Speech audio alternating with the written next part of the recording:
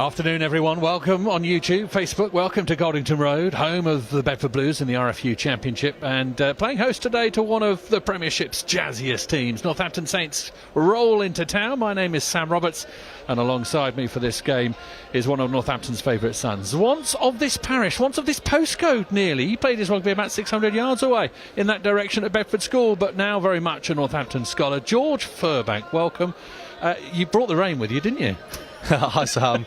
It's pretty unfortunate first game of the season that decided to hose it down. It's been lovely all week, and get to game day, typical rugby, hose it down. It might ease up, we might be okay, and it might play a part. We've certainly got two fantastic teams to take part this afternoon, and you're looking forward to it, aren't you? I mean, it should be exciting.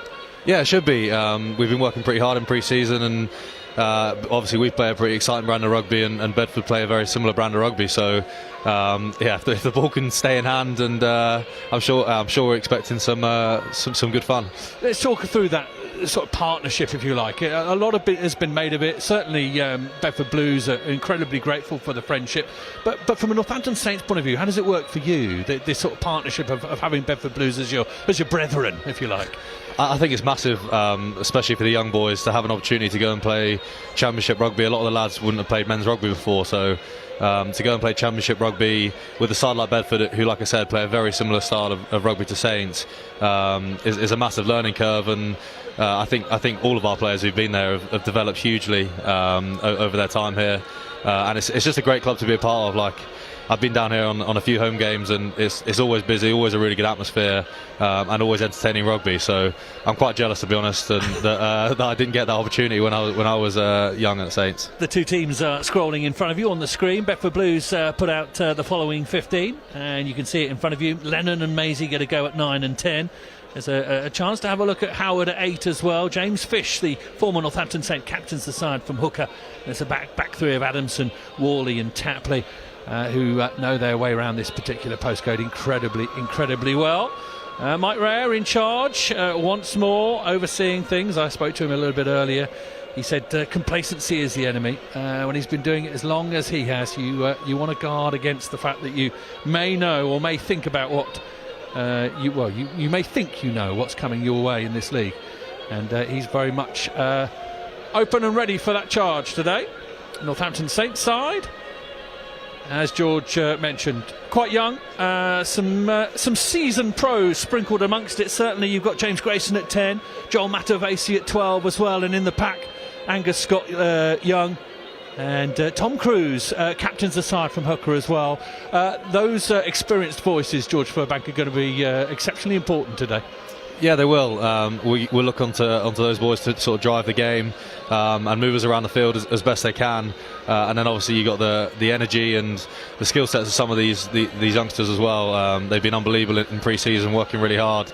Some very good athletes who are also learning very quickly on the field as well. So yes, it's a pretty exciting team that we got out. Not too long ago, you were a young man, and you were starting out and making sure you understood what was going on. What's the trickiest aspect of being a young player? Because there must be so much excitement, so much keenness, so much eagerness to get out there and do it, but you've got to temper it, haven't you?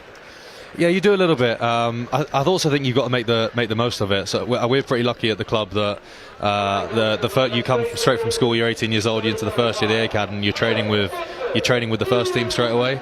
And a lot of clubs don't do that, I don't think. So you just got to make the most of that opportunity, learn as much as you can from a young age, and try and soak in as much information as possible for them, and also make the most of your time on loan, because the likelihood is you're going to be going on loan in those first couple of years. So make the most of those opportunities while soaking in as much information as you can when you're training with the first team at the club. And also pre-season, it's a lot of running around, I understand, a lot of fitness, so ball in hand moments are precious, and here's a big one this afternoon.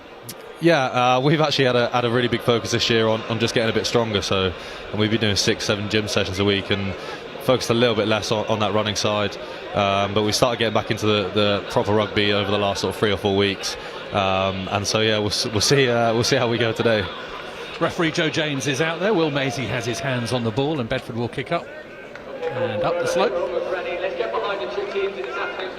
And Northampton Saints in their away strip of white, a lovely green and yellow stripe down the middle.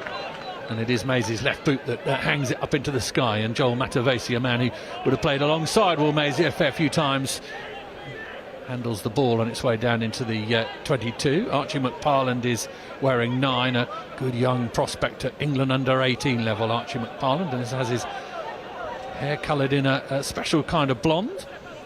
And a little look at young Howard as well. Joe Howard, 22 years old, new signing for Bedford Blues out of Hartpury University. Venter, Grayson, more on that a little bit later. Of course, we have a Grayson on both sides of the pitch. I'm sure they'll be going hammer and tong at each other. Brothers Joe and Ethan. Bedford look to spread it wide. The rain doesn't seem to have put them off their running game. Worley, good quick hands. Adamson turns his man, kicks it over, and George Hendy is going to watch this one and watch it quite carefully as well. Hendy gives a knowing glance to Adamson again. This game this afternoon, very much a case of players who know each other. The Northampton Saints team is littered with players who played a fair amount in Bedford Blues colours. And George Hendy is just that man, but he just about got the ball down. And it's positive. It rained, George Furbank, but ball in hand, hey? Yeah, it's a really good start from Bedford. I think they've just caught us with some tight defence at times and look to shift that ball, and they've done pretty well to do that in difficult conditions to do that. Venter comes down with the ball on the opposition 22. Northampton Saints having to defend. Lennon at number 9. Alex Day on the bench this afternoon. Lennon again with quick ball. Good run from Jack Arthur, trademark from the number 6, but good work over the ball from the Northampton Saints. And they looked as though they might have got it back, but no, Maisie gets it, little prod through, it's going to work and bounce horribly for the Northampton Saints, who wrestle with it on their own 5-metre line. Looks as though Blues have got it. Lennon's going to have another go. Williams played such an important part last season, Williams, and getting a good go at it now. And towards the line they go. Brian O'Connor, the Irishman, to the line. Or miss pass, surprised most people. Jamie Jack to the line. Prop forwards both doing a little bit of rumble early on in this game. Lennon again, quick ball, wide it goes. Good work from Kieran Curran, keeps it there. Maisie picks it out wide. Tapley dips the shoulder and goes over the line, and that will be a popular score. Pat Tapley, in his testimonial year, kicks off the Bedford Blues scoring for this game and for this season, and it was well worked. Patient stuff there, George Furbank from the Bedford Blues. Yeah, it was excellent build-up. Like I said, these conditions are really difficult to handle the ball, and they kept hold of it, gone through 8 or 9 phases and scored in the corner. Yeah, excellent phase play and really good opportunity there and good finish from Pat. Yeah, and the patience is key in a sense. You know, we talked about the eagerness, the keenness to get things done. You know, you would have also spoken about as a team, Bedford Blues would have spoken about just making sure these processes are right, and they went through those phases very well. Yeah, exactly. I think you've got to adjust a few things in the wet. You've got to be a little bit tighter to that ruck, give yourself a little bit more time on the ball, so you can catch, you can get a good catch before you get going forward. So they've done really well to adjust to that, and yeah, really good first score. Will Maisie's left boot is all the way out here on the right hand touchline.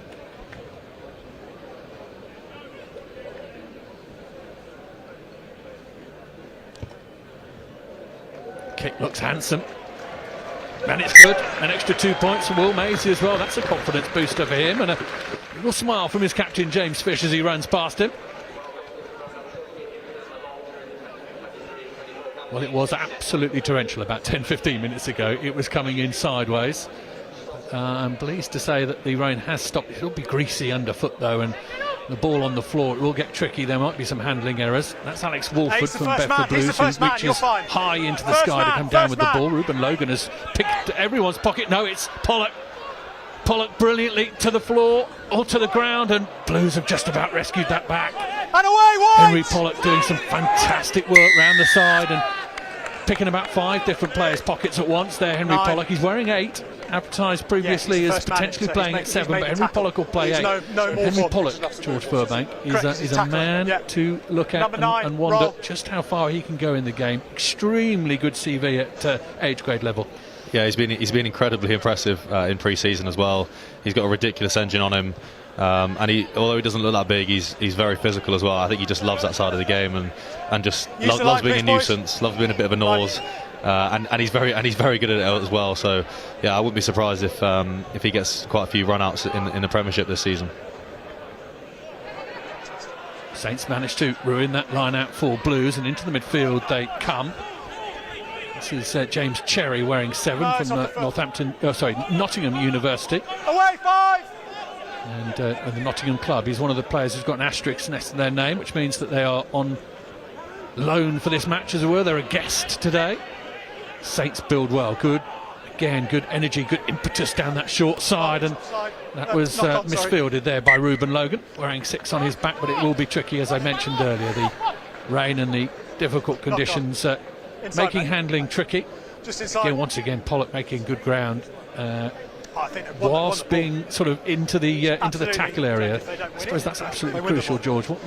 You can take a tackle, but if you work extra hard to make those 2 or 3 metres, it can make a huge amount of difference to the people following in. Yeah, exactly. It just gives you that little bit of impetus, a little bit of front foot ball, and it's a much easier ride, especially for the backs. If forwards are getting that front foot ball on the edge, well, it's easier for the forwards in the next carry, and then for the backs to show up as well. So yeah, like that carry is something we really work on at Saints, because for our game to work, it has to go forward. We speak a lot about go forward, and Pollock's done a great job there, and the sort of way we play really suits that, because he spends quite a lot of time on the edge, and he's quick and very physical. He's exceptionally quick. We may well see that turn of speed today. Grayson finds Worley up against Litchfield. Litchfield gets the better of him. Worley places the ball back, the Hong Kong international. Maisie with a little step. He is greeted by the shoulder of Joel Matavesi, who puts him down. Walford again, strong carry from him. James Lennon takes to the skies with his left boot. Underneath it is Hendy. He watches it well. Hendy's gait and step is known very well in these parts, and they'll have to watch him. Good interplay. Grayson with a little delay on things. And it's Tom Seabrook, who's in official Northampton Saints debut today. It's quite good on debut, Tom Seabrook. More on that a little bit later. I'll ask George Fernbank the question I was going to say there. Dean Adamson back to Lennon, who's going to clear his lines and keeps it infield. Grayson goes back, ball tiptoes into the 22. Adamson is after it. Grayson shows him well, and away comes Hendy. I will have to grab his coattails. You cannot let Hendy get a yard or two, and there's a big penalty from the referee to Bedford Blues. Quite sure holding on, I think, was the call there. Bedford will get a penalty. So the question was, what did Tom Seabrook do on debut faster than anyone else? What did Tom Seabrook do on debut? In this game? Yeah. In the Premiership. In the Premiership. His Premiership debut. It must be scoring a try. It is. Do you know how quick it was? I'll guess. Go on. It's in seconds. 12 seconds. that would be extraordinary. 58. But there you go. That was a nice little quiz for you. Yeah, Tom Seabrook scored on debut for Gloucester. Fastest ever Premiership try on debut. It's not the fastest try. That is under 12 seconds. It's 7 seconds, I think. It's good knowledge, that. Yeah. Who scored that? Lee Blackett. Back in the day. Yeah, there you go. You see? Lee Blackett. Where's he? Is he down at Bath now? Yeah, I think he's coaching attack at Bath now. There you go. See? Those little bits, they're in there. Yeah. They're in my brain. I'm quite impressed. Steady on. Don't get me too excited. Adamson is underneath this ball. Worley is going to field it, and he's going to have a look at the fence in front of him and try and find a hole.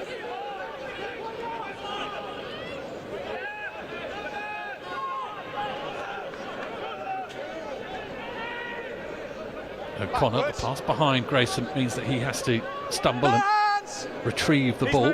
Don't push it into him. Don't push it into him. Keep moving out, please. Lennon's going to try and get Williams out the way and get his hands on the ball. I think this is going up in the air. And he's going to come and try and gain this. He does that very well. He caught the ball and then dropped it on the way back down. Knock on here. Blues have got advantage. A little inside ball there from Fish. Worley scurried past him. Maisie launches the ball end over end into the 22 it goes. McPartland is going to do something very clever and keep the ball in, and then kicks it downfield, and Hartland will have done well there, because that ball is going to bounce awkwardly and out of touch for Maisie. Maisie's going to keep it in field though, and he takes a quick throw at the line out. Grayson is going to set about trying to find a hole, and he doesn't. He's sent backwards by George Hendy's shoulder, which was a good tackle. Reinforcements come in for the Bedford Blues. Lennon behind Fish, and the referee says that did go forward. Saints have got a ball here to play with.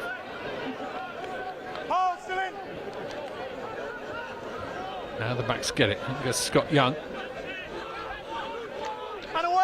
eventually hauled to the floor. Scott Young, one of the more experienced players in this Northampton Saints side. And that ball is going to unfortunately divert. It looked as though it might be heading towards that treacherous corner at Goldington Road, but it went dead. George Furbank, your thoughts at the moment, purely on Saints. How you feeling? How are you seeing it? I don't know how that ball's gone dead, to be honest. It's perfectly kicked down into the corner and decided to take a kick left. I think we've got into our shape pretty well in attack and looked to shift the ball. Obviously, it's quite difficult conditions. I think our D's just been caught tight quite a few times. So we just need to look to fill that field a bit more and slow that ball down if possible, because like ours, Bedford are very good when they get quick ball and they have the ability to shift it wide. So I think we can fight a bit more in the tackle, slow that ball down, and that allow us to get our width and stop their attack a bit more. John Matavesi has taken an early seat. I'm going to get confirmation of exactly who's come on. I think it's Ewan Baker. Yeah. He's another good talent from our first year academy. I think there's quite a few of them this season who've come up who look really promising in pre-season, and whether they play at Bedford or they'll definitely play a bit of Prem Cup and might get a few Premiership opportunities as well. So it's pretty exciting for that first year. How do you feel about that when the new lads come in? Is there an element of trepidation? I know you're very good, you're very experienced, but there must be a little bit. You just scan them, just have a quick look round, see. Not too good. No, you don't want them too good, do you? No, ideally not. No, I'm kidding. I like. It's really good to have that sort of competition for places. I think everyone sort of drives everyone else's standards, and it pushes you to work that extra bit harder and keep improving your game. And like particularly George Hendy at the moment has been pulling up trees in pre-season, and I think again he's definitely going to be pushing boys all the way to get quite a few Premiership minutes this year. He's strong, quick, and pretty elusive as well. So he's a very exciting talent to look out for. About a quarter of an hour gone. Seems like that might be a rumble of thunder in the distance. The clouds over the far side look a little bit grey. Welcome to YouTube and Facebook if you're joining us. Sam Roberts alongside George Furbank overseeing this friendly, although I always smile to myself whenever I think of the word friendly in a game of rugby. Not really a thing. These guys will definitely be going to try and make a claim against each other, as George mentioned there. Many players in the Northampton Saints side will be looking to nick a spot off some of these Bedford Blues players. Still waiting for the first Grayson on Grayson collision at the moment. I'm very excited for that. And Scott Young comes down with the ball, the knowledgeable Australian, now pushing and pulling and screaming at his pack to get their bodies in the right position to try and get a bit of go forward. Cruz might have his hands on the ball. McPartland is beckoning, and Litchfield will take a little inside step and try and get past his initial tackler. Now Pollock, Henry Pollock wearing 8 this afternoon. McPartland, his England under-18 teammate Grayson over the top. Hendy's loitering. Hendy for the corner, and that's a good response from Northampton Saints. And just as George Furbank was mentioning him, up steps Mr. Hendy and gets his name on the score sheet. Nice, neat score for Northampton Saints, George. Yeah, I think Grace bossed that really well. We've been speaking a lot this season about being clinical in that 22, and I think Grace bosses that so well, and he's very good in those moments when that pass over the top needs to be delivered. So yeah, it was good maul to start off with, and a pretty good score in the corner. This game always has a lot of points in it. averaging around 43, 45 points in the last 5 or 6 occasions that they've met. And we've got off to a try each and a kick from the far touchline for James Grayson to ponder over.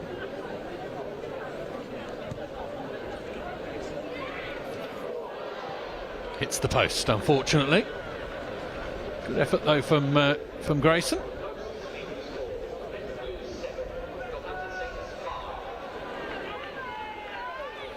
Well, the rugby coming thick and fast. I'm sure, like every rugby fan, you're glued to your screens at the moment. Just about squeeze this one in, and then off to a whole feast of rugby this afternoon and this evening as the Rugby World Cup looms.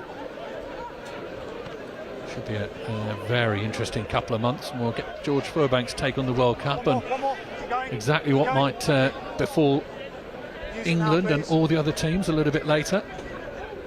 McParland is going to lift this up in the air. The wind is a tricky one at the moment. It is squally. Oh, and it's going to hit George Hendy, and Hendy is going to juggle with it, and Hendy's going to go and steal home. Brilliant from George Hendy. He's just pulled Matt Worley's pants down there. Yeah, he just took it from his grasp, didn't he? I should start speaking about some more players and then start scoring some tries. That's awesome work from Hendy. It's just a really good kick chase, and again, that's something we've been working on in training is getting that ball back from our nines kicking. It's just a really good kick chase and followed up pretty well. You'll have sympathy because it's a horrible situation. That was smacked back and the ball bouncing, and you will have been in that situation. You can't quite trust a rugby ball to do what you want it to do, can you? Yeah, you never know where it's going to go. Yeah, it's a really tricky skill, to be honest, especially in the wet like that. That first high ball take, you've got lads running at you. You've got your own teammates running at you to try and protect you, and you just got to try and keep utmost focus on the ball and go and be aggressive in the air.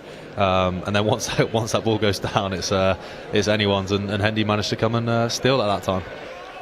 Brilliant conversion from the touchline. Got his sighter in with the first one.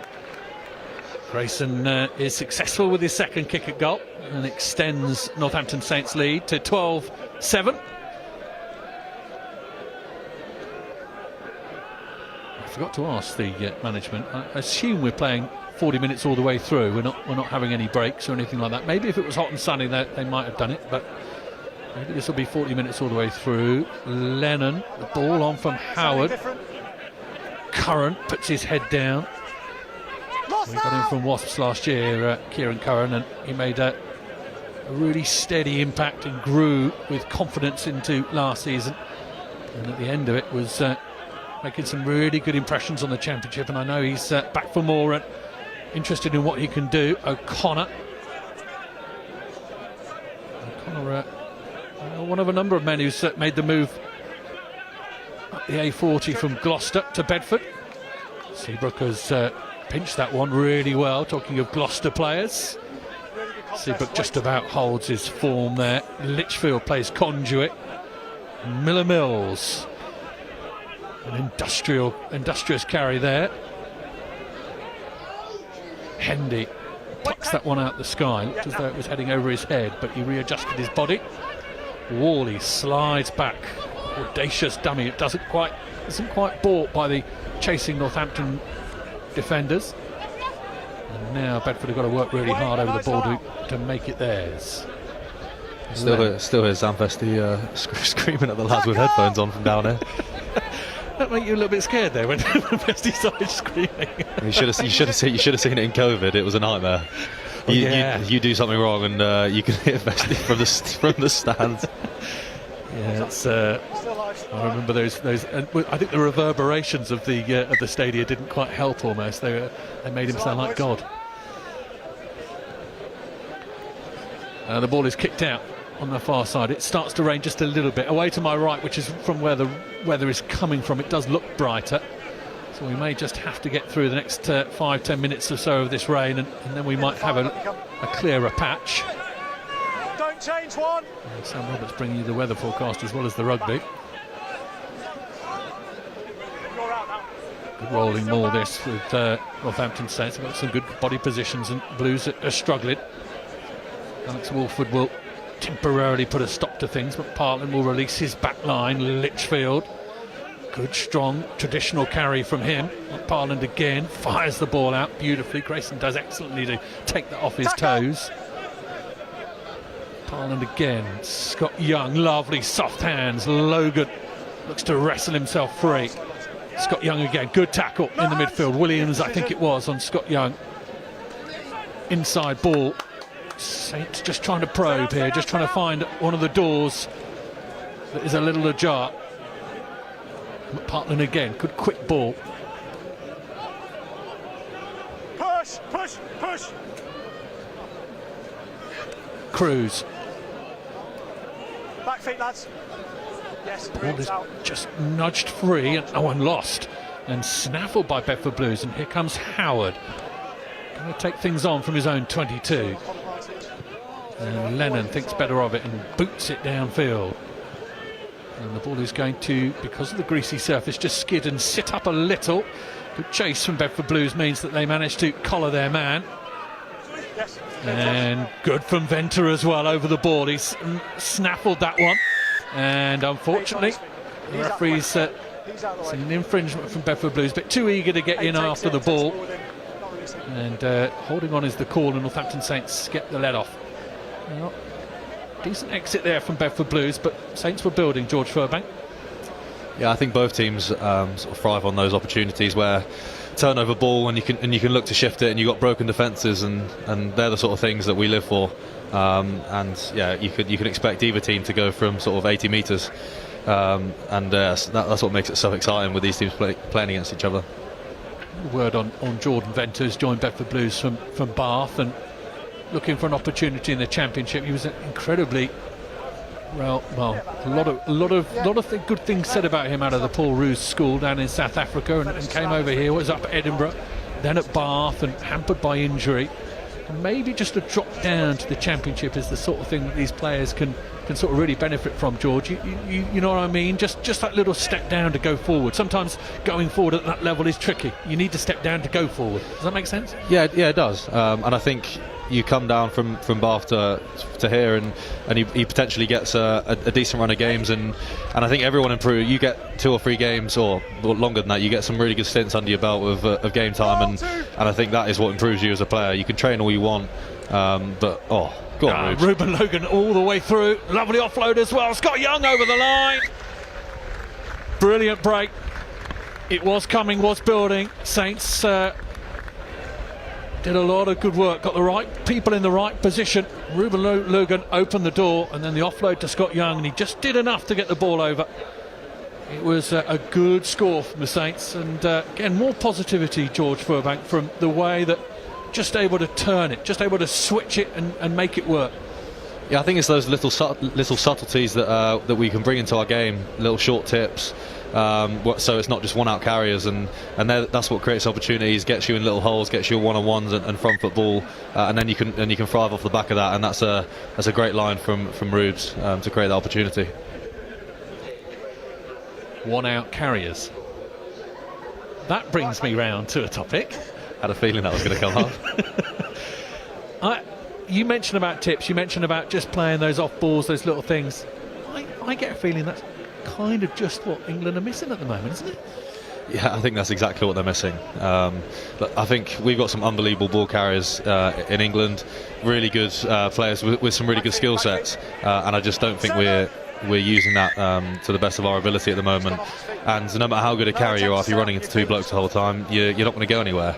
I think if you watch teams like Ireland, they're the teams, like, yes, they could potentially win games running into brick walls all day because they've got really good players at 9 and 10 who can move around the field still, but they just add that little subtlety into the game and end up getting front football a lot of the time, and that's what creates those opportunities. And I think if England start doing that, then you can release the likes of Farrell, Tuolangi, Lawrence to cause havoc again. But I don't think we're doing that enough at the moment. We're not getting enough front foot ball, and that's why you see England kicking a lot of the ball away at the moment. Saints on the halfway line. They get the ball down off the line out. Litchfield dying with the ball, gets it away. Hendy in there as well. Seabrook, Worley hauls him down. Parlin finds Cherry. Atuanya. Again, another man who's played a fair amount in Bedford Blues shirt already. Litchfield. Tackle on him from Venter. He missed the ball.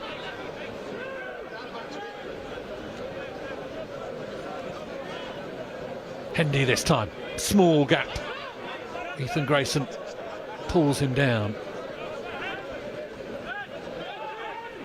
Willie Mills with, again, another carry which allows his teammates to reform behind him. Grayson, Cruz. Better tackles. Ball looks as though it's gone forward and the referee has spotted that.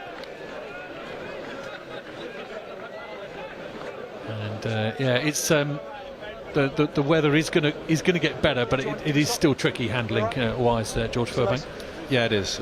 It's tough to go through a lot of phases. It's probably not what you necessarily want to be doing in the middle of the field as well.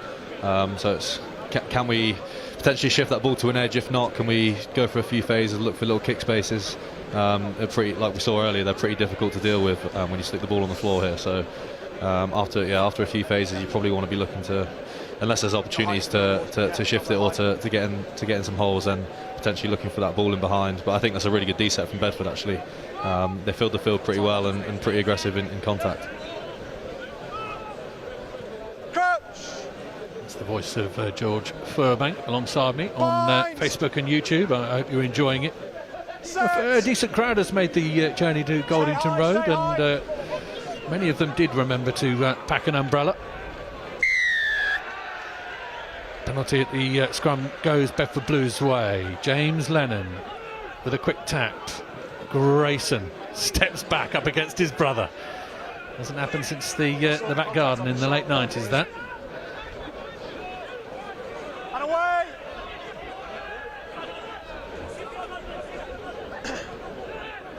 Maisie. Curran. Adamson does well to grab that from behind him.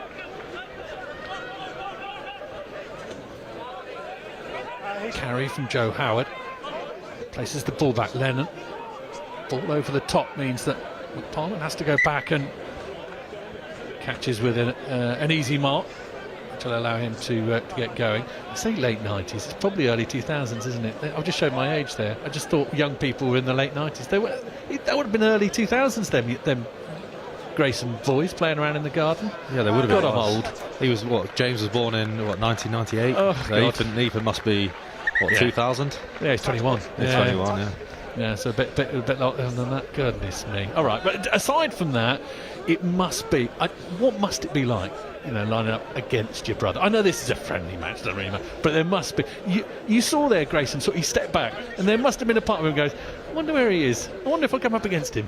I mean, it's hard for me to speak. I've only got a sister, so I can't really imagine what that'd be like playing against her. But no, I think they both sort of love this.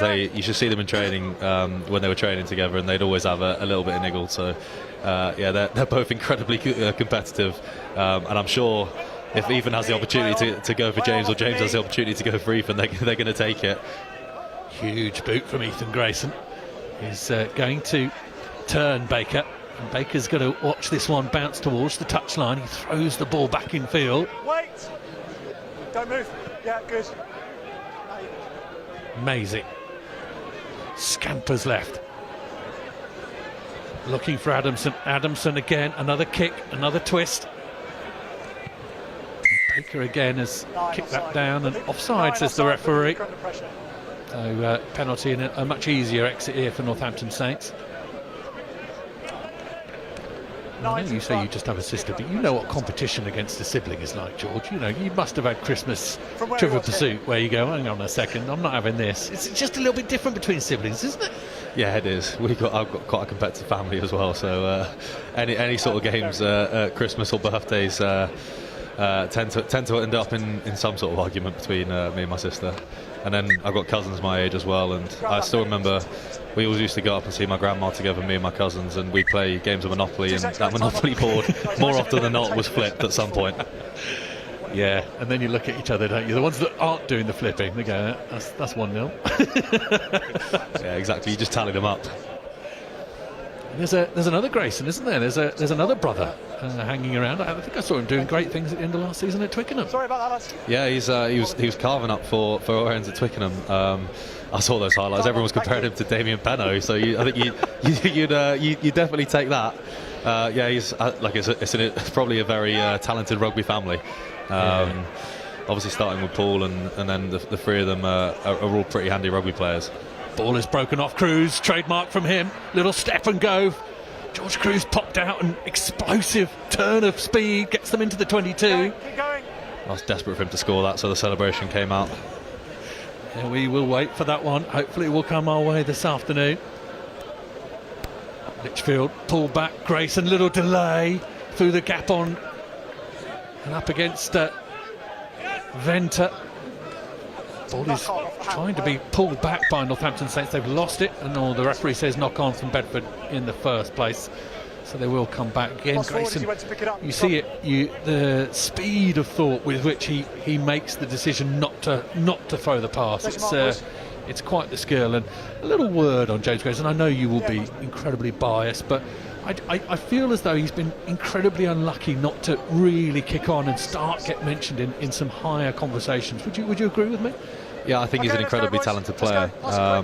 It's probably unfortunate that we've had some very talented 10s at the club for so long. Obviously with Stevie Myler, Biggs, and now Finn coming in as well.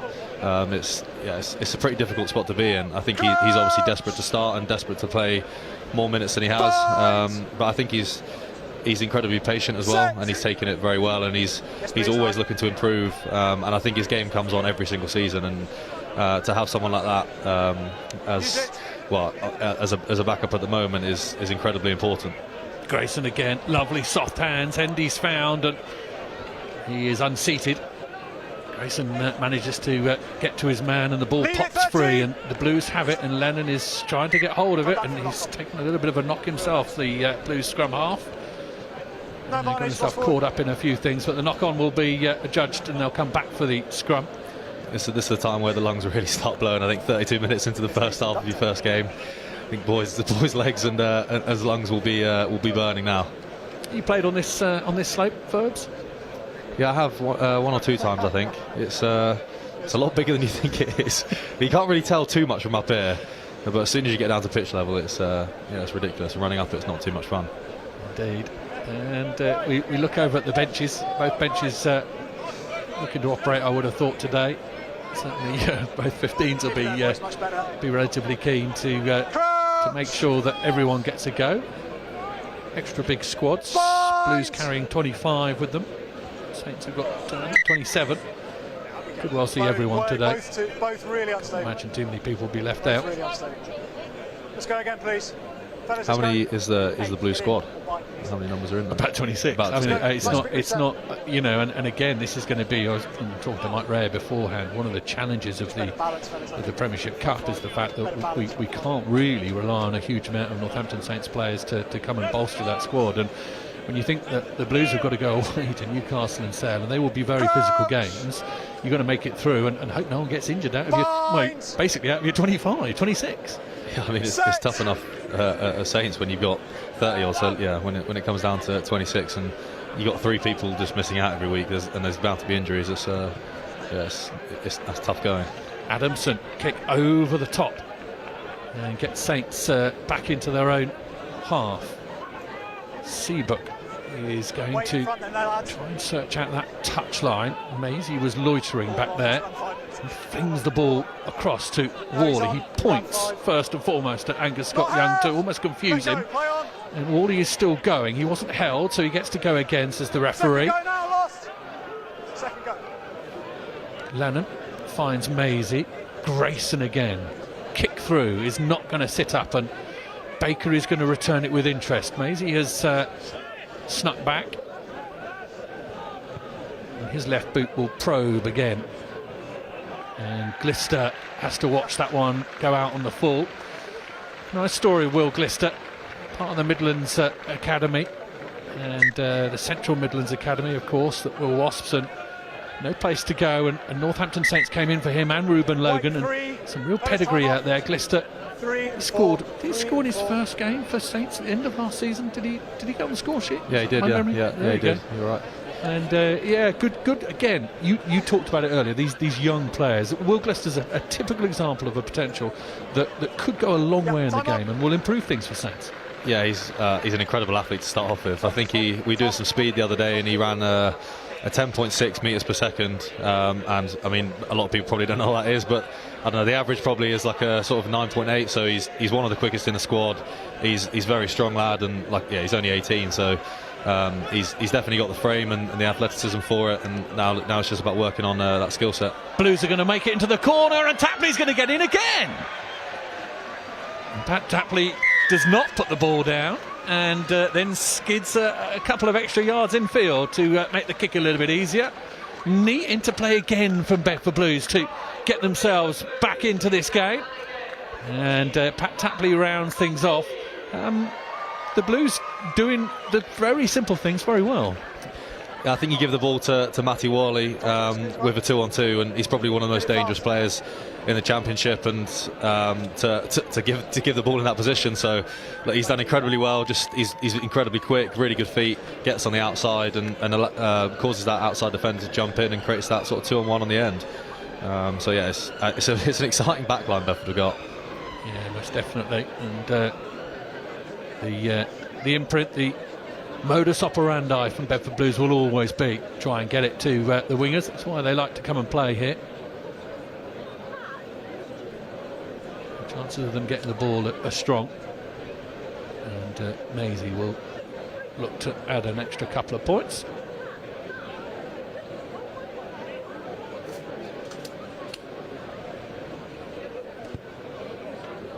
Try and bend it in on the left, but he can't. It sails just wide,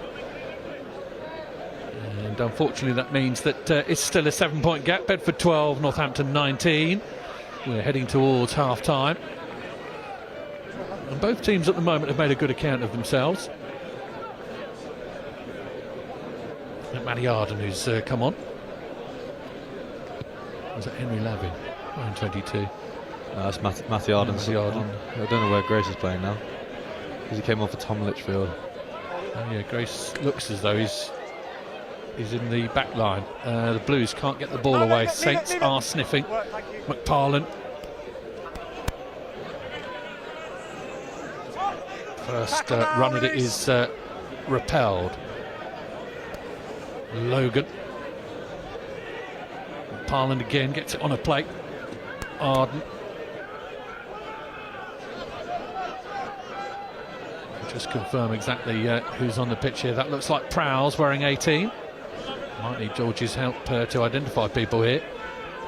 Saints though tumbling towards that line. Quick ball might make it. Parlin, oh, slip. Knock on, says the referee. First one I think from Saints, then Blues. And they'll get a chance to clear their lines here. Let's just have a look at who can you see has come on. 19. Vukanovic. Yeah, that's Theo, who was previously at Wasps. He was indeed. I think, so we've got Grace at 12, Hendy at 13, and then Ewan still at fullback. Let's go then, boys. Let's go. And it is Prowse wearing 18 that's come on in the front row, I think. Yeah, it is.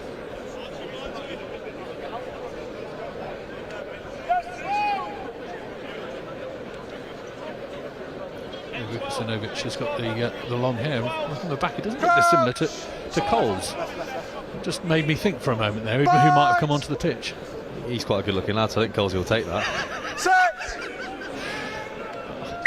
And then I've got myself into trouble.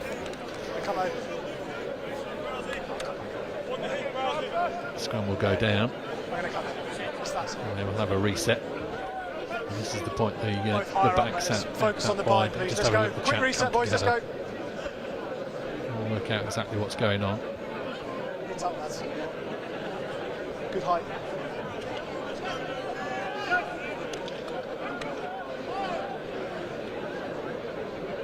Crouch! Bind! Set!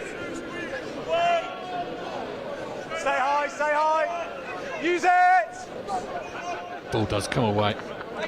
Howard and Venter combine, and Venter wrestles himself an extra couple of yards. Gives Maisie a bit of space here to play, and Adamson's left boot is going to hoik it downfield. Saints come one way then the other. Seabrook is working hard in the storm.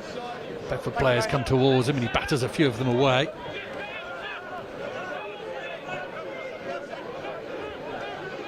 Scott Young.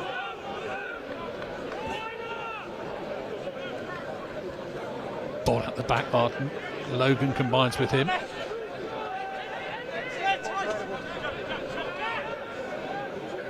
It's really good game management from there, Archie. I think we've recognised we played quite a few phases in the middle of the park, and now look to set up a kick and win that ball back in the air. Use it inside. Parlin just pausing temporarily to get the ball and his feet in the right position, and he does. The kick is a little long. It'll be longer than he would have wanted. And Maisie's going to search out the touchline. He's not going to make it because McPartland has gone back. And here comes Baker, finding holes. Baker, good hands, good awareness. Pollock trying to get his hands free. Never on the ball. Don't use your hands. Good. Thank you. Dangerous there from Baker. Blues on the back foot. Matty Arden tries to find Grayson. Grayson is under pressure from Venter. Venter thought he had his hands on the ball at one stage. Now Hendy's going to try the soft shoe shuffle and comes up a little short. Grayson, there's a bit of space on the outside here. Arden, Grayson with some invention of his own, a little football sliding tackle to stop the ball being kicked through. Grayson is back on his feet and making a tackle as well there. Grayson, Up we go. all Graysons are busy at the moment. Prowse.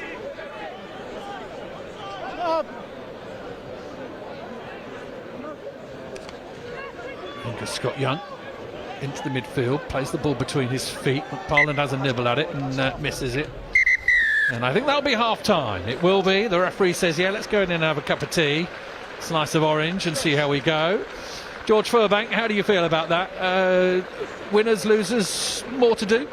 I think it's a pretty entertaining first half of rugby, to be honest. In really difficult conditions, we wouldn't have had much of these conditions throughout pre-season, so handling the ball in this is tough, but I think that's a really entertaining first half. Both teams looking to try and go through phases and getting some really good outcomes off it. Yeah, we'll have a look at perhaps some of the highlights that will run through in front of us. And we'll try and have a little word and a little look at them as they come through. But the half-time score at the moment is Bedford Blues 12, Northampton Saints 19. And if you can, stay with us and we'll see how it goes. Yeah, let's have a look at some of these replays.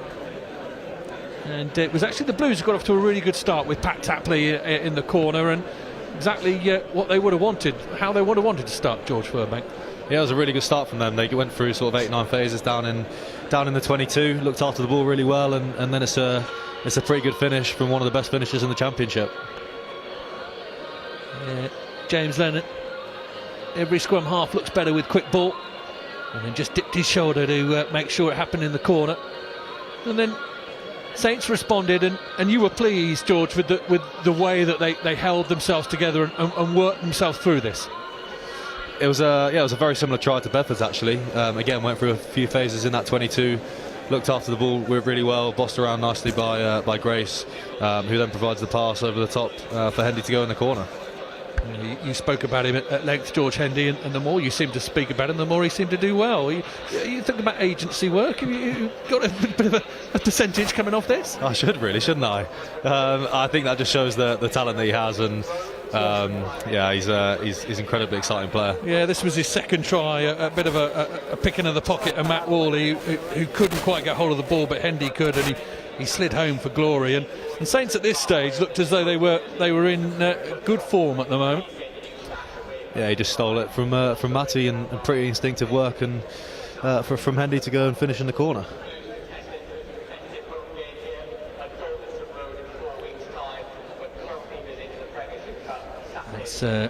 Another. This was the third try, and another good build-up and good opportunity taken from Saints. You were pleased. What sort of things will be said at half-time for the Saints at the moment, George, do you reckon?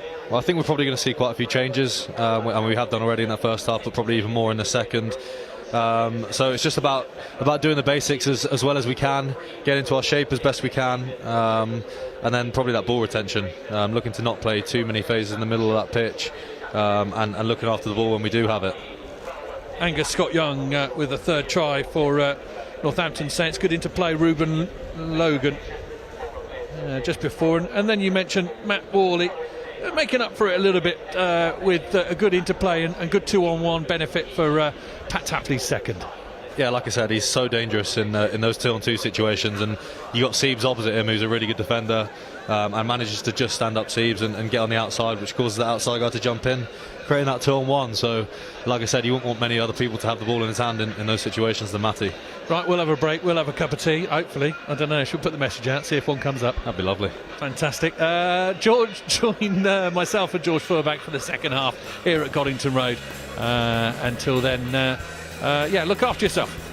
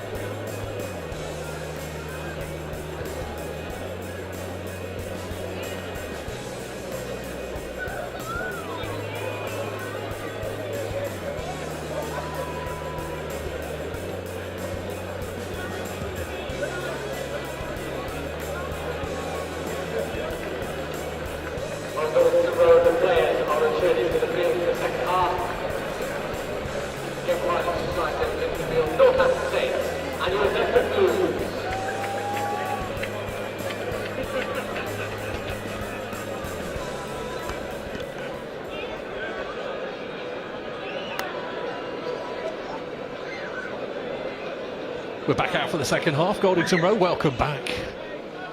You join us on YouTube or Facebook, kitchens, living rooms across the area. Northamptonshire, Bedfordshire, and maybe even further afield than that. There's a few fans on the other side of the world for both of these clubs. And always nice to bring you a little bit of rugby just before potentially the big show gets underway. I'm alongside George Furbank, and we're just casting our eye across the pitch to see who's on and who's not, and we'll bring you some news of a few changes. It looks as though there are a few people with no numbers on their back, which is always good, George. You'll enjoy this when they come on without any numbers on their back and you don't know who they are. I'd like to think I know my team pretty well. So well, you do. I think I'll be all right. I was going to quiz question you about Bedford Blues, so put you on the spot. Never mind. Alex Day is on the pitch and playing at 9 for Bedford Blues, and he kicks it downfield. Good chase, good tackle. Ball is loose. Garside, I think, is up against Alex Day for this half. That should be quite interesting.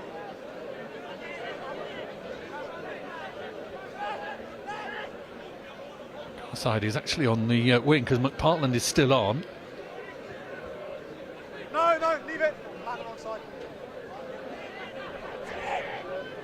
Just use it, please. Kick downfield. Gathered by Matt Worley. Huge kick which McPartland is going to watch bounce into his own 22. Oh, a little chip through. Thinks he sees a little bit of a gap. Maisie's read the play, and Worley hits a line.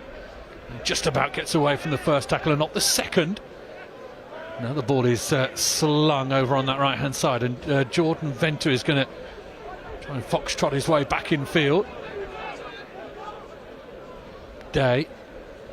Association Heffernan, I think, is on as well. Joe Howard. Curran frees the arms. Adamson snake hips in action there. Day. Nice offloading. Jacob Fields puts his head down. Makes a little extra yard or two. Adamson plays conduit. Heffernan. Decent work over the top there. Great pickpocketing by Pollock. Easy for me to say. Saints have the ball back. Scott Young still on the field, working hard. The Australian, capped many times in Super Rugby. Also played for Bay of Plenty, Angus Scott Young. I've got another question for you, George Furbank. There's another fact, is it? Well, who was the last player to make a real impact at both Northampton Saints first, and then came and played for Bedford for a long time? He played at Bay of Plenty. Do you know? Does your memory go back that far? He was an enforcer. I'll give you a clue. And his son played. Oh, that'll be Paul Tupai. It is Paul Tupai. Good boy. Bay of Plenty legend. His son Connor's actually, they just won the Shoot Shield today with Ramwick. He's over in Australia and Sydney. There you go. You see, I knew you'd be able to bring it back. There you go. Linking it all together, as are Bedford Blues, up to the 22. Little stab through from Alex Day. Tries to regather it. Saints come across the ball.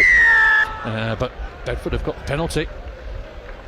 It's just been proving quite hard to exit at the moment for Saints. I think there must be a bit of a breeze, and playing uphill and just found it quite hard to exit at the moment, and that's creating some pressure. Maisie kicks the ball into that corner. No hesitation from him. Definitely want to continue to apply the pressure.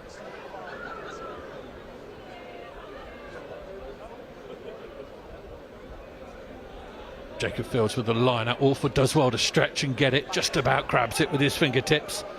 Down it comes. Rolling more, which was quite effective for Bedford Blues last year. This will be examination for the Saints. Get the bodies in the right position.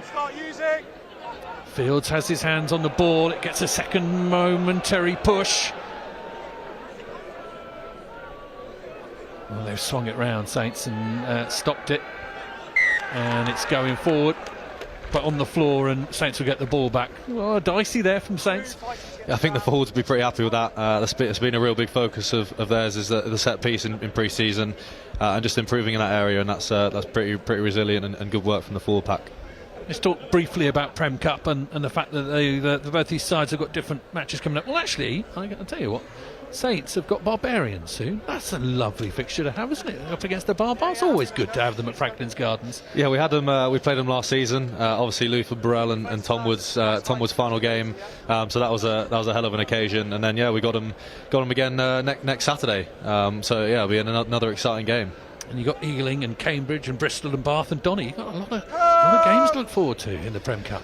Yeah, I know. I think there's it's not a break now for us until the middle of February. So we got 5 games in the Prem Cup to look forward to, and then back-to-back Premiership games. So it's definitely going to be a whole squad effort. Indeed. Pollock comes forward. Trademark carry from Henry Pollock. He is rambunctious, the young man. As George Furbank was mentioning a little bit earlier. Not as big as they come, but he packs a huge punch into the corner. It's a beautiful kick, which unfortunately can only be watched by Tom Seabrook. Goes over the line, and he resignedly has to then defend again. This line out close to their own line, Northampton Saints. Yeah, they're just piling on the pressure at the moment, Bedford. I think they're doing really well off the back of Saints exiting, and it's another really good kick from Matty Worley to pin Saints back and force them to exit again. And just to tie up that Premiership Cup competition, Chat Coldy, Ampthill, Sale, Falcons and Leicester in Bedford's group. So some good games to look forward to for Bedford Blues. Yeah, some fun away trips in there, Sale and Newcastle as well, isn't there? Well, if you can get a win up in Newcastle, that'll be. I'm sure the Bedford boys will be making the most of that night. I think Newcastle will be the place to be if that was to happen. No, you're from the side. I like the idea of the Premiership Cup. I know you're fond of the idea of bringing the Championship clubs into it. It's what it needed, isn't it? I think it's exactly what it needed. Just added a little bit of another dimension to the competition. When it's just Prem teams playing against Prem teams, you play against these teams the whole time. So for Championship teams, obviously it's really big coming up and playing against the Premiership teams, but also for the Premiership teams, it's a change of fixture to you'd be playing teams you've never played before, and that adds another bit of excitement as well. And just talk, because I suppose it, but confirm it for me. You know, as a player, do you enjoy these visits to different parts of the world, to different grounds? You know, a lot of Leicester players perhaps might not have been to Goldington Road. They're good places to go in the Championship, aren't they? I mean, there are some places that perhaps aren't difficult to go to, but generally speaking, it's good. You look forward to it, don't you? Yeah, you do. Like you said, there's some places that I think you'd be quite excited to go to. Others, maybe not so. But no, I think, like you said, it's a change of scenery. It's a team you've never played against before. So. Bedford have gone over. Pushed all the way through.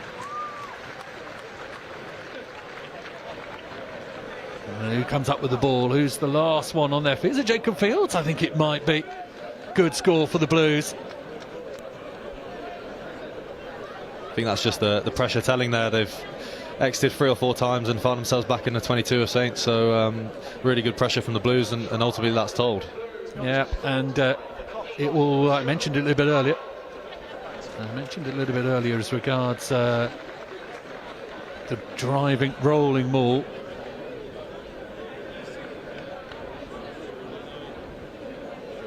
I think it was Jacob Fields who came up with the ball. I'm not 100% sure exactly who's been credited with it, but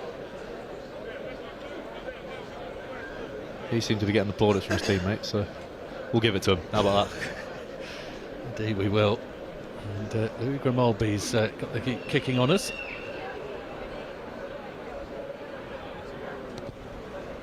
The yellow boots of his splice the uprights. There's Craig Wright trying to charge down the kick. He's a hooker. Well, he's playing back row at the moment, I think, and he's probably one of the quickest men in our team. There you go. It's you've got some good prospects coming through at the Saints.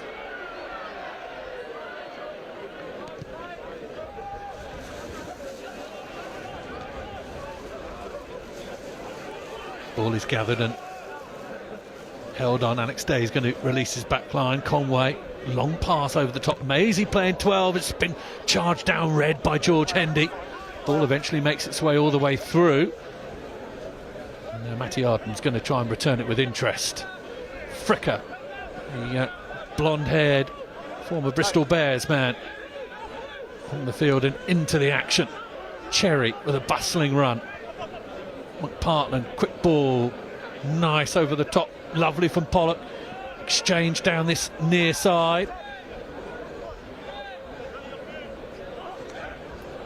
Knocked on by Prowse, and I think into the Bedford player, and it will come back Bedford's way. And Joey Conway applauds the moment. It is 19-all, and a good game in front of us. This is Ayamora Aino on this near side. It is, yeah. He's at Loughborough at the moment. I think he's going into his second year now at Loughborough, and he's been with us for the last week and a half or so. I remember was it London Irish? I think might have been. Yeah, I think he was. I think he played football up until the age of sort of 14. I can't remember which academy he told me, but one of the academies. So he's a pretty talented footballer, and then started playing rugby. He's obviously quite a talented rugby player as well. Yeah, useful on five-a-side nights, I'm sure. Do you ever do that? Do you ever have a little five-a-side breakout with the Saints? We actually played quite a lot in off-season this year. There's a place called Goals, which is like a little five-a-side place in Northampton, and there was quite a few get-togethers. As you can imagine, that was quite competitive. There's some indifferent footballers. Well, we've got Tom Collins was playing quite a bit, and he's obviously a very good footballer.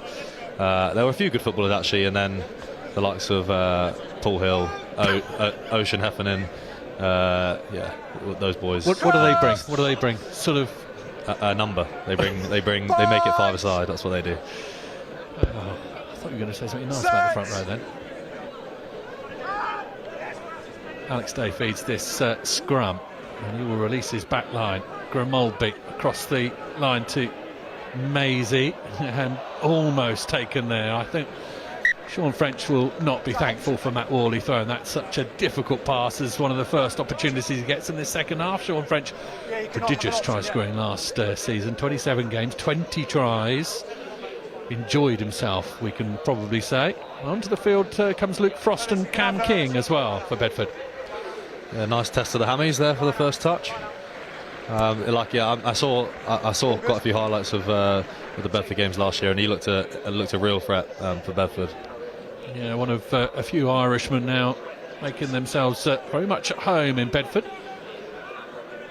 Munster, I know, still keeping an eye on the exploits of Sean French and Joey Conway. I spoke to a few Irish broadcasters and journalists. Joey Conway just making a little bit of a name for himself.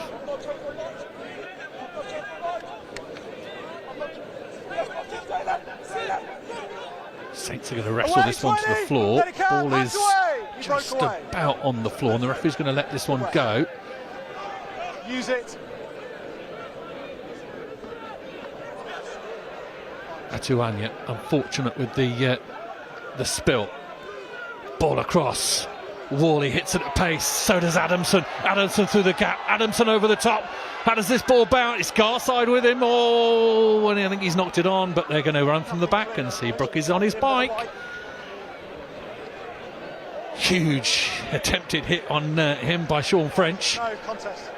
Seabrook bounces him out the way. Use it. Yeah, Garside spoilt the Adamson party there. That was trademark Adamson, wasn't that? Running down the wing, little chip over the top. Expected him to score, but Jakey Garside has worked his socks off to get back, and he's pretty rapid as well. He is incredibly rapid, and a real favourite here at Bedford Blues as well, as is this man, Matt Worley. Matt Worley needs to go the other way. Alex Day comes in to try and rescue, try and clear the ruck. Ball is on if it goes out on the left-hand side, or the pass is terrible. Adamson now releases Maisie. Atuanya with a good tackle. Walford, good interplay, nice tip tackling. Venter crawls his way towards that line. Frost is involved, twisting and turning. He's going to be held up, I think. He is. Good passage of play. The sun is out, and all of a sudden this game is starting to get a bit easier and a bit more enjoyable with nice knock-on, tip-ons and offloads, and the game is starting to stretch, George Furbank, and it's enjoyable. It's pleasing on the eye. It is. I think that just shows the danger of Bedford's back three there. A couple of counter-attack opportunities and made the most of it. We mentioned Matty Worley a few times already. He's incredibly dangerous. You got Dean running down the wing and doing things that Dean does, and Sean on the other wing, causing a bit of havoc as well. So yes, it's like you said, the sun comes out and Bedford come alive. Indeed, a little bit of attention being paid to a couple of players. Ian Adamson is back on his feet. I think he's just about patched himself together. There will be words exchanged by him and Garside about that little moment a bit earlier. Number 1. And actually the penalty has gone Time is up. Bedford's way. It won't be quickly taken because there's medics on the field. I didn't see who was down on the floor, did you, George? I think it might be Luke Green. Yes, it Luke is. Greeny down on the floor, so hopefully it's not too bad for him. Yeah, just taking his time. Medics are with him. It's a lower leg, maybe an ankle. He'll gingerly make his way to back to his feet. The loose head. Garside is now going to change into scrum half, but Parland is making his way off on the far side. So Garside will get a go up against Day.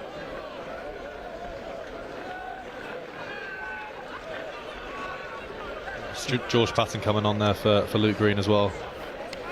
Used to be a fly half, the George Patton, and now he's playing front row. Yeah, you see, that is not a move many make, really. No, I think I saw him play number 8, so he's obviously made the move gradually. He hasn't gone straight there.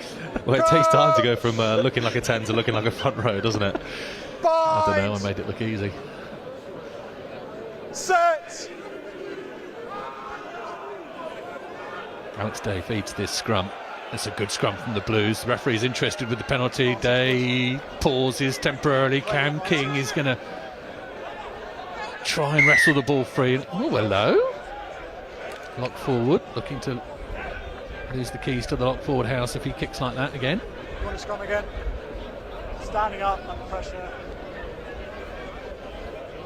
Want another scrum?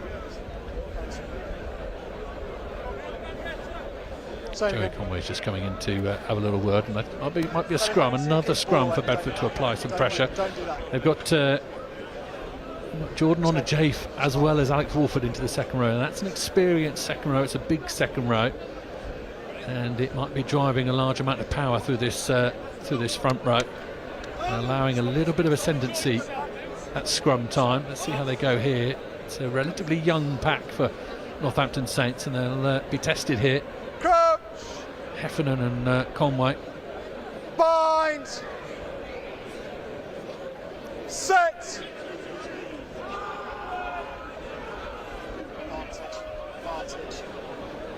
Day sprinkles into midfield. Oh, super handsome Maisie to get that ball away. Venter, this is quick, this could work. Worley stepping, going. Oh, it's beautiful from Bedford Blues. It's a very nice try, all done with alacrity and pace, George Furbank. You can do a lot in the game of rugby if you do it quickly.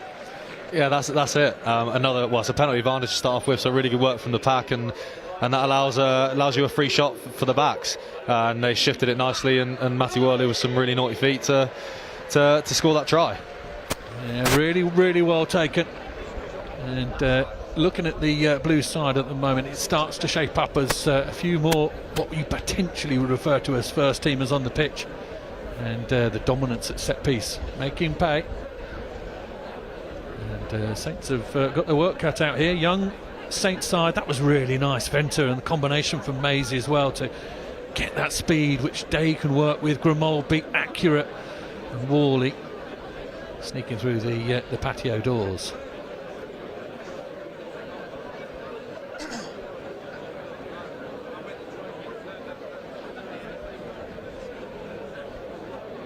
Over on that far side, Louis Grimold be kicking in front of the Borough. Beautiful place to have a burger and chips in the Borough, just in case you were wondering, George. I've actually had one from there before, I think. And? Yeah, tasty. Ah, there we go. Yeah, Thank goodness. I thought it was going to be a bad review. I'm not got one today. We went to Chicken George before, which is just down the road, so I'm still pretty full from that.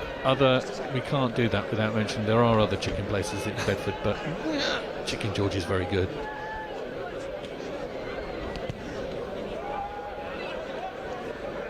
Arden kicks the ball deep. Blues have got it, and a little bit of opportunity for Cam King here down at London Scottish last season, and impressive in his outings against Bedford Blues, and Blues came a-calling. Well, that's been ripped by Vukasinovic, and Hendy is going to take the fight to his one-time teammates. And the ball is going to creep into the hands of Saints once more, and they're going to go up towards this line. From the knock. And Hendy's going to spring it wide. Oh, he misses everyone. And a little bit of interplay there from Jake Garside. Adamson gets flattened by the 5-foot, and hello, there is a ball there. That is through to Be one of the French. best assists. Oh! Brilliantly picked up by Fricker, who was very brave to throw himself in the way of Sean French there. That was Messi-esque, that was. The crossfield diagonal through ball. It's an absolute trick. I wonder if we can get this on replay, because this was absolutely superb. It was Jack Arthur who spotted the gap. There's no way he meant this. Hold on, does he? Maybe he does. He does, his eyes are up. He does look for it, to be fair. Oh, if that had worked. Would have been perfect. We were talking about five-a-side a little bit earlier. What a diagonal. Right, never mind. Saints just outside the Blues 10-metre line. Vukasinovic goes up and comes down with the ball. Top of the tree. Good work from the tall lad. No. As George said in the first half, formerly of Wasps. Opportunity here to play for Saints and make a good account of himself. Garside. Arden. I think that's Baker as well.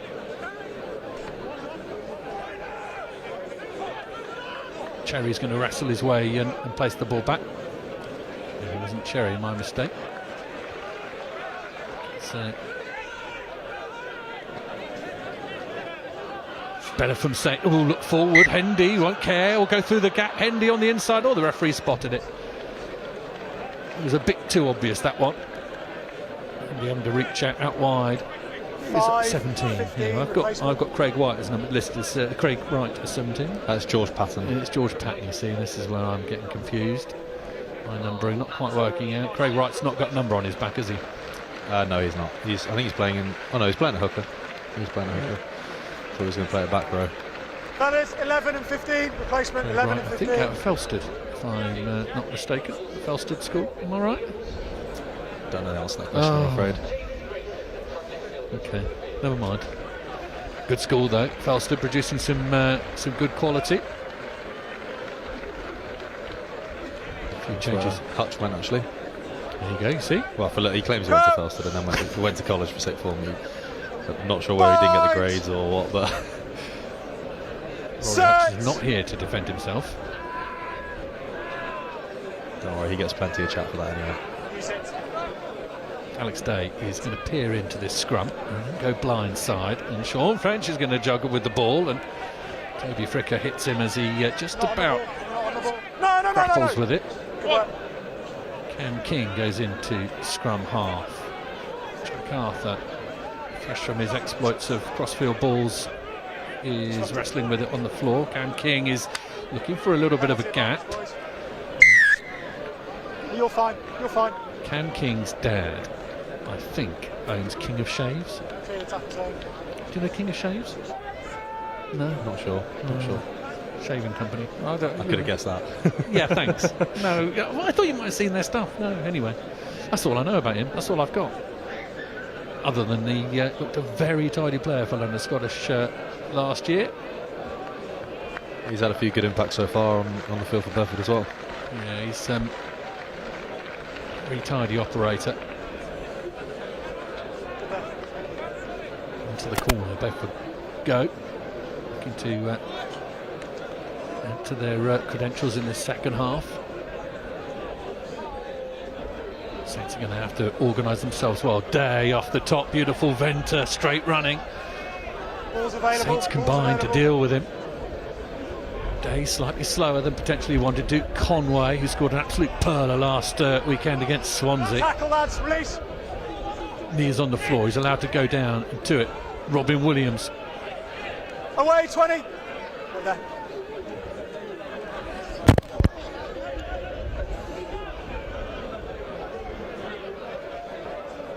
Scrum cap comes flying off.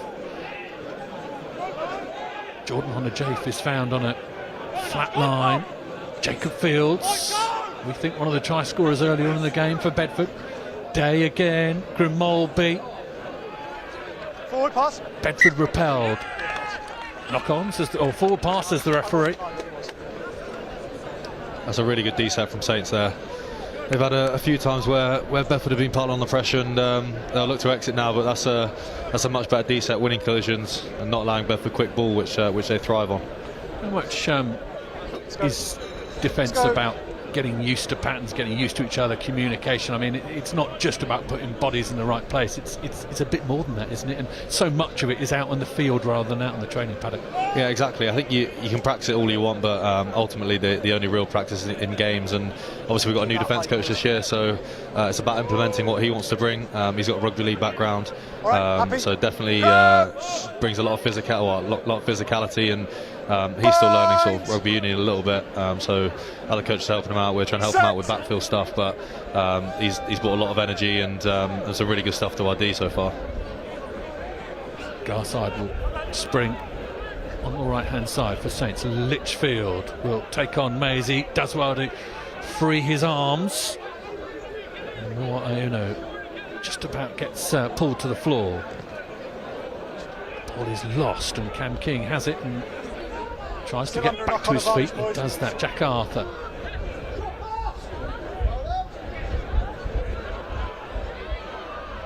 Good work from Coulson. Ball's there. Over from the knock. This is Howard back on the field. Interchanges for the sides tonight. So players going off and then coming back on. Cam King again frees up the arms. Dean Adamson wrestles his way to the floor. Or Iono with the good tackle. Ocean Heffernan. Either side expert. Oh, Grimaldi. Relatively simple catch, and unfortunately Saints have got it, and it's a bit of turnover, and maybe they'll fancy their chances from here. Excellent break, a little bit of exchange here. Prowse gets involved. Tackle from Luke Frost. Garside, got to nail him down. Jake Garside. Garside spinning, finding the offload, and through goes Pollock. Pollock with the score, but made by the inventiveness and the incredibly twirly-whirly, I think I'm going to call that, running style of Jake Garside. He is very, very difficult to stop. He's so elusive. The thing about him as well, he's obviously got very good feet, quick, but he's really strong as well. And that sort of allows him to get that little half break, and then he uses acceleration to get away, and he's done that a lot for Bedford last season, setting up multiple tries, and he's done that there for Saints. He's an electric player. I think that's the thing about it, isn't it? You know, Bedford more than anyone knew what was going to unfold there. They knew exactly what was going to happen, and if they didn't nail him down, he was going to get away. Exactly, they knew what was going to happen and still couldn't stop him. So wait till he comes up against teams who don't know what's going to happen. Indeed, Garside again, but presence of mind to find Pollock, and a little bit of a show there from Pollock's pace. It didn't quite show, but he is incredibly quick. I hope we do, as the season unfolds, both for Saints and for Bedford maybe, just get a look at Henry Pollock, give him half a yard, and he just defies belief with his pace. So good score from him. I think that's a sign of his engine as well, to be honest. He's just always in and around that ball, and gets on the back of that one, but he just seems to be everywhere. Matty Arden has made a fist of that conversion attempt. The ball fell over. The Blues players were complaining about the fact that maybe he'd started his run-up, but it being a friendly, he was allowed to give it a go, and promptly then skewed it wide. He's probably not used to these conditions as well. He's been down in Sydney playing for Randwick for the Colts down there, and so he's probably been playing in 25-30 degrees and sunshine the whole time.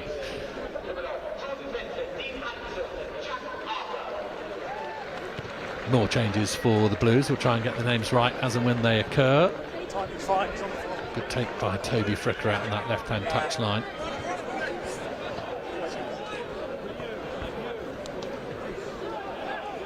More Iono over the ball. Does well again to present good quick ball here. Grayson thinks about the offload from the floor, then thinks better of it, and unfortunately isolated there, Litchfield. That's fine, nothing wrong with that. Just keep an eye on that, boys. Keep an eye. Saints have still got it. Grayson has done well to create a bit of overlap, an extra man. Fricker's got some pace. And Craig Wright does not have the hands to deal with the ball. It was shuffled onto him. That's a shame. That's a really good exit. Something a little bit different from what we tried earlier in the second half. Just to look to shift that ball and catch Bedford going wide. A really good exit. It's just unfortunate that Craig can catch that. I'd have loved to seen him. Love to see him charging down the wing. His nickname is Turbo Pig. I think partly because he looks a bit like a warthog and he's very quick. Your marks on me. Boys. Yeah, rugby nicknames don't often need a huge amount of explaining. Turbo Pig. Okay. The simpler the better sometimes. Rather you than me. That's right, no worries, let's go.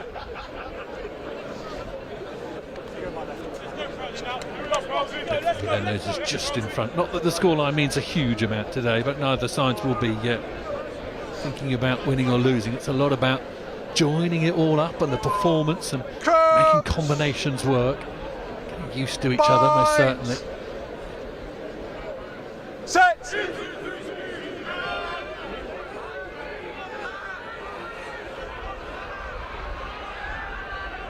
Awkward one for Day and King to try and deal with, but they do eventually. Grimaldi is snuck behind, and Pat Tapley has missed that one first through, and then just tries to get the hand off him. Does well. Cam King on a different line. There we go from Cam King, and you can see what he brings, just bursting through that first tackle, then the offload to Frost. Grimaldi behind the line to Maisie to Grayson the outside arc. Grayson still going, and he's lost the ball, and Fricker will get a chance to run it out of his own 22, although he is hounded down and knock on advantage, White hauled down, and Garside will have to build again. All across and on the floor from Grayson. A little bit of spot there. More, neat little play from him to do the exit. An unusual one there from Grayson. The kick pass working an absolute treat. They'll make a little bit of extra yardage perhaps than from in hand, but clever stuff. Line's yours, boys. And this game ebbing towards the last 10 minutes or so.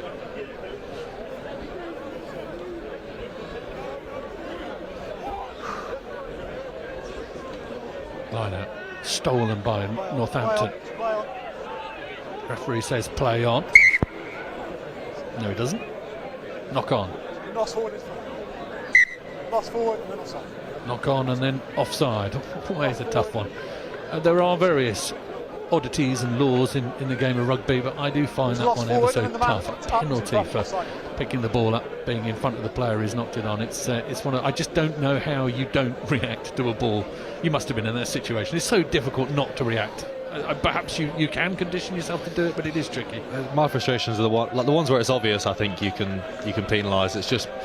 It's the one where it's competitive in the air, for example, and you're not really sure who's touched it, and then you play it, and they'll see on a slow motion replay that it was your team, and like how you meant to leave the ball in that situation, I don't know. I can understand a free kick being given sometimes, but maybe not a penalty. But anyway, we can't do anything about the laws of the game from here. George, we'll have to see what we can do. Love to be able to. And there's a penalty for not releasing to Northampton Saints. They've got a better way to clear their lines from here.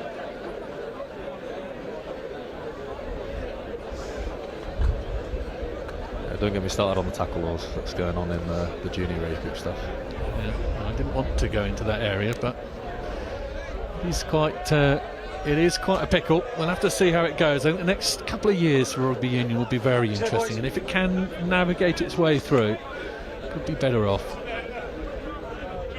It's got a long way to go, but hopefully the right people can do the right things and let them start improving. Vukasinovic, lovely take off the top there. Garside gets a bit of time to play with it. Arden throws the ball in front of everyone, but it might work. It does, because it gets all the way out to Fricker.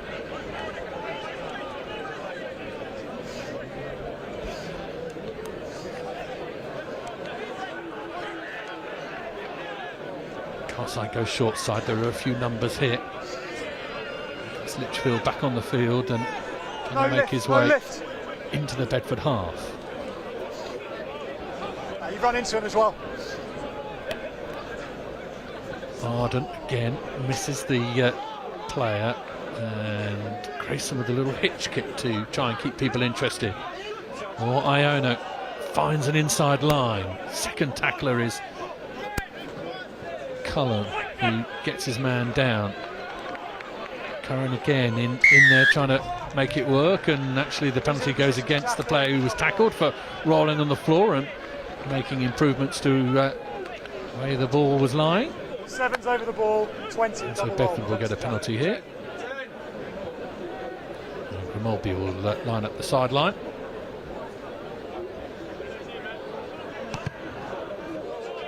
It's not going to go. Back goes Baker. And Baker will try and return this with interest. He didn't think about kicking it. It's a friendly, for goodness sake. We'll play with the ball in hand. Carside's pass is well picked out by Prowse.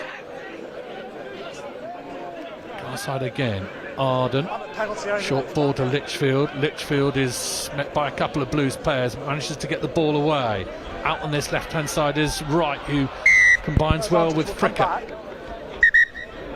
They're going to come all the way back, though, says the referee. Earlier infringement. Needs to be really careful. Well, we're heading towards the last 5 minutes or so of this match, George Furbank. I'm going to ask you to do it on both sides. Who's caught your eye? Let's start with Bedford first. Who's caught your eye from a Bedford point of view? I think Matty Worley has been very good, and I think Will Maisie's controlled it really well. Like, you can tell, sort of, Will's a class player, and he's played to a really good level.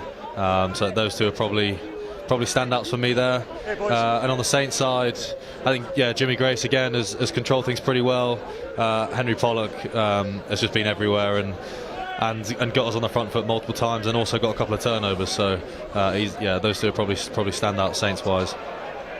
Arden fumbles the ball in the midfield. Bedford will get a chance to counter-attack. Maisie, lovely ball, invitingly so.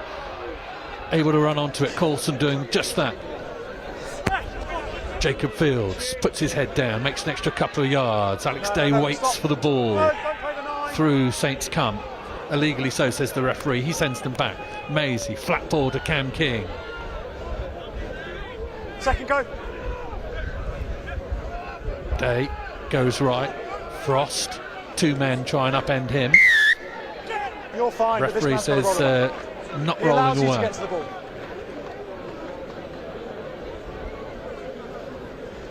I think it's actually been a very good quality game, to be honest, for the first game for both teams. Is it the first game for Bedford as well? No, they played Swansea last weekend, so they have had a little run at it. Yeah, I think it's been a good quality game and pretty entertaining to watch for a first game out, especially considering the conditions. Thought it might be a bit scrappy, but I mean Bedford against Saints always tends to deliver. Yeah, it does, and the MO has been present. The eyes up, heads up, sort of rugby. The want to get, into the opposition's other half. It's eye-catching, and certainly what brings the fans back. Saints have a fantastic following. Blues in their own right in the Championship have a fantastic following, and you can see why.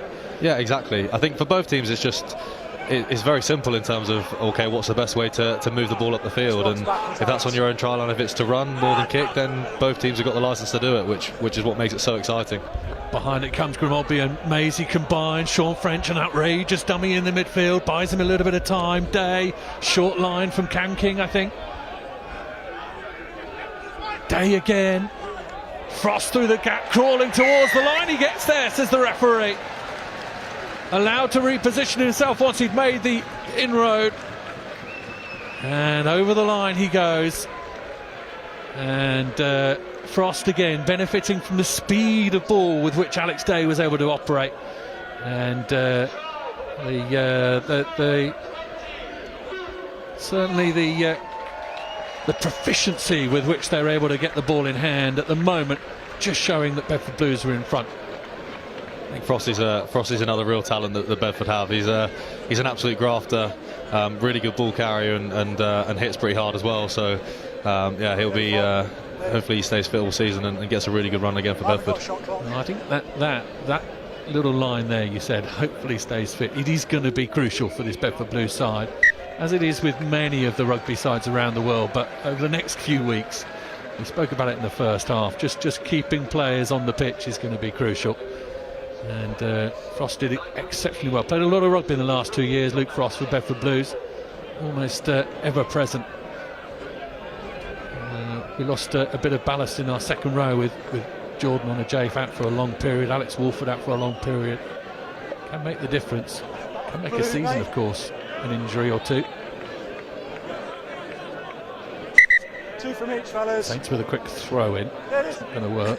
It is a white ball, but there's 2 each, fellas. It's marked, so it's a white ball, white line. Little word on rugby coming away. It's off. I'm sure you will be scurrying away, George, to potentially try and find a bit of England, Fiji.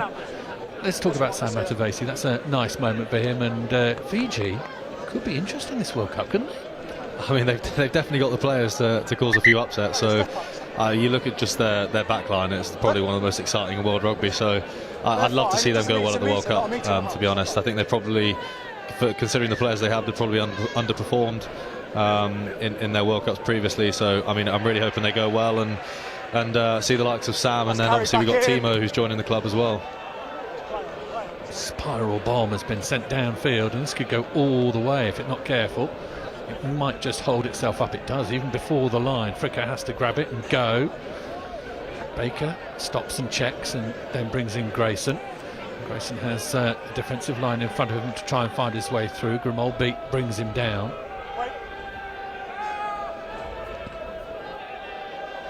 They will clear themselves up to about the 10-metre line. And good chase there. World Cup in general, come on, it's a really difficult, it is open at the moment. I'm not just saying that, it's a difficult one to call. Last night South Africa suddenly stood up and started talking for themselves, and many people will see them as potentially winners, but you don't know where it comes from, do you? You got no idea. No, and they tend to perform at World Cups, don't they? So obviously one side of the group is a lot harder than the other one, so there's going to be a few upsets and a few big teams dropping out the World Cup pretty early. I'd like to say probably, I mean, South Africa and France are probably the 2 favourites to go and win. Obviously I want England to do well, and England would be our first choice to win, but I think it would be pretty cool for a World Cup at home in France for them to win it as well. Where do you stand on Ireland and the Irish? I mean, they've been playing so well in the last couple of years.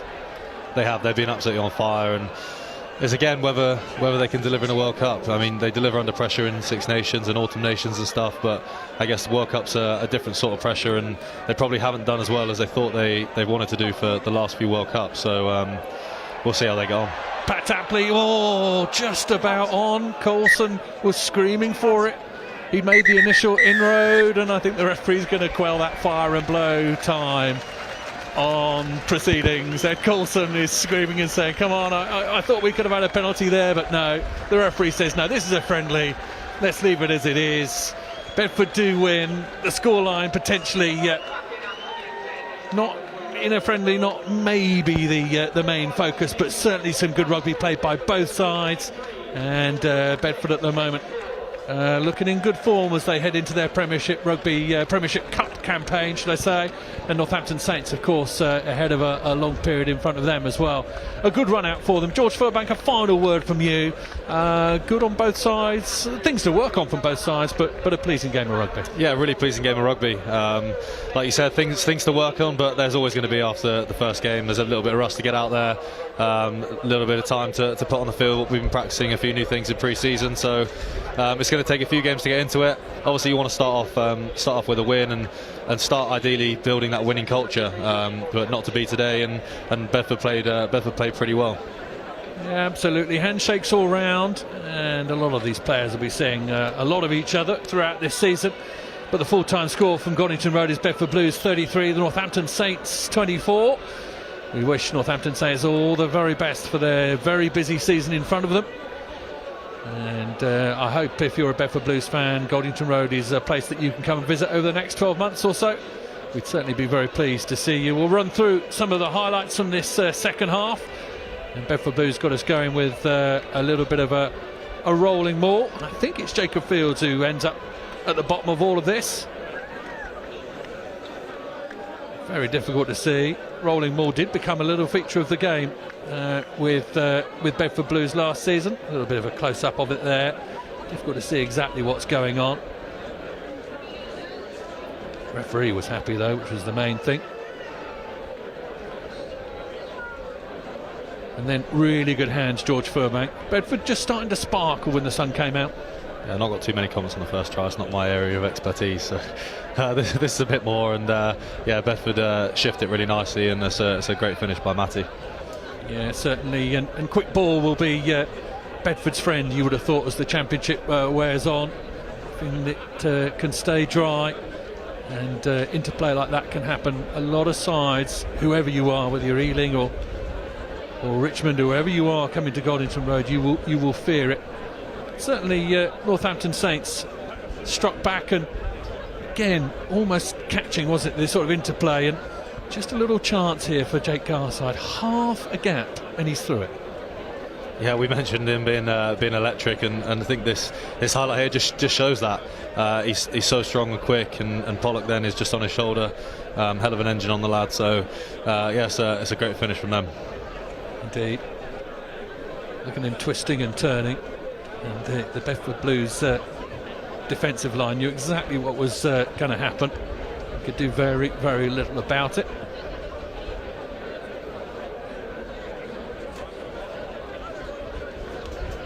I think there's a couple more scores here from Bedford Blues. Reaching it for us. It's the last one from Luke Frost, I think. A good angle of attack from the big man, tumbling through and allowed to reposition himself and reach for that line. Well, it's been good. George Furbank, have you enjoyed it? Loved it, yeah. Thank you very much for having me. It's always good fun on the mic. It's a lot easier up here than it is down there, but we hope to see you down there in action. Good luck with your season. Hope it goes really well. Thank you for joining us. And for us, about full time, and all it is, it's all she wrote from Bedford Blues and Goddington Road. 33 points to 24. The season is off and running. Mind how you go, and hopefully see you soon. Thank you. Bye bye.